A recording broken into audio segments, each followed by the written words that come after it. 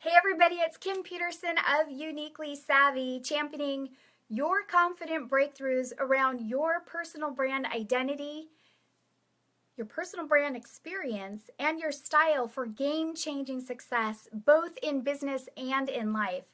Now that said, I want you to know that I am also championing my confident breakthroughs. And today I want to talk to you a little bit about the struggle. The struggle is real. And the struggle I want to talk about today is, hi Lauren, is on limiting beliefs. And this is another vulnerable, raw moment from me in real time. So, and I want to thank a colleague and friend and client, J.R. Nobles. Thank you for encouraging me to just get with the program here. So here I am. Do you ever struggle with limiting beliefs? I know I sure do, and I did today. Here's the truth is that someone just yesterday sent me a text and said, hey, are you going to share a message on Facebook Live before you head out on vacation? Hey, Christy. And I said, yeah, sure, I will. And then I was intending to do that this morning, and yet I had a real limiting belief that overcame me. And I said to myself, I have nothing to say. I don't have anything to say that anybody would want to hear. Why does this person want me to do a Facebook Live before I head out? Hey, Nick. Oh, Nick, that's so thoughtful. Thank you. And so just at about 20 to 5, I reached out to a friend and, hey, JR, and confessed that, yeah, I'm not doing a Facebook Live. But here's the truth of the matter is, hey, Colleen, the last time I did, or the first and second time I did a Facebook Live, people said, hey, will you share more? And, I don't even care what you talk about. It's inspirational. I had a woman from Tennessee who reached out afterwards and said, your message was exactly what I needed to hear. And yet today I was deep in my limiting belief of I have nothing to say. And it paralyzed me. I mean, I went on with my work and I did other things, but I thought I'm not going to do this. And I felt a little bit, not defeated. Defeated is a very strong word, but I felt like I wasn't able to push through and do what I believe in part my purpose is, which is to teach and to educate and to equip through spoken word. And so have you ever felt that way?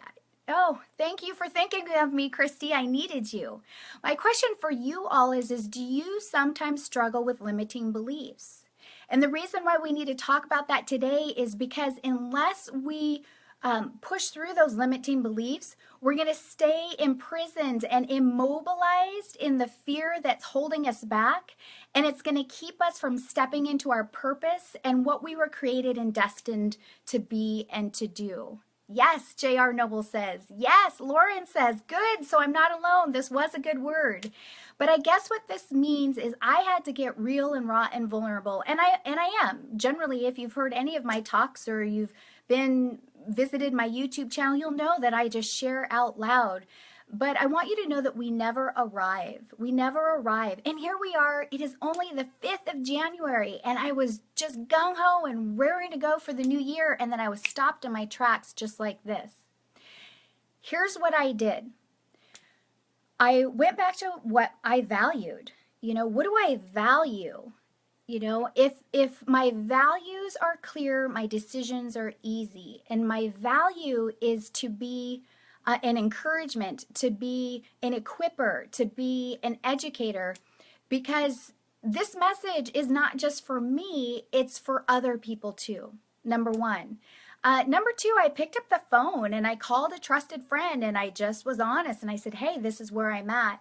And that friend was able to hold a mirror back to me and said, oh, this is not what Kim Peterson of Uniquely Savvy does. You're not doing that. Whoa, get clear on your values, absolutely. Because, thank you, JR, because when your values are clear, your decisions are easy. Your values determine what you're willing to fight for. Well, that friend held a mirror to me and I said, okay, you're so right. One of the most powerful things that that person said to me was this. This isn't about you. This isn't about you. And the message that you have to bring forth is not about you. And that, in that moment, brought so much clarity, and that was my breakthrough. Because we have to understand that our giftings, our skills, and our talents that create our identity, really, and our personal brand experience, it's not about us. And so the breakthrough happened when I had a mindset shift and I hit reset. And that is what allowed me to move forward. So I'd love to hear from you. Type something out in the comments if you're struggling with a limiting belief. You know, let's talk about it. Let's, you know, see what we can do to help you with a breakthrough. But I want you to know this to be true, is that what I was actually going to talk about today was about how to close out the 2016 year and chart out the life that you want to live in 2017. Because last year I had an amazing year. It was my best year in business in terms of relationships, in terms of revenue, in terms of the kinds of clients I wanted to attract. Fun for me, activities. Last year was a really great year. And I wanted to share with you a few tips. So maybe I'll share a few with you right now. One is think about your takeaways. If you look back through each month of the year, as a matter of fact, think about what your 12 game-changing takeaways were, and think about what you can build on, and also think about your learnings and new ahas or new opportunities that you might be able to explore as you are now into the 5th day in 2017. Another thing I would say is think about you know, what is it that you need to let go of so that you can move more confidently into your vision of success for 2016? And then, of course, and I see a lot of my friends do this online as well, but consider what your anchor word is, or in my case, your anchor phrase is for 2017, so that when you have these limiting beliefs or when you have these obstacles that are unexpected, you can go back to that anchor word or anchor phrase and be guided back on course. Make sense? Mine, by the way, is lead with love and truth and move more from fear into freedom.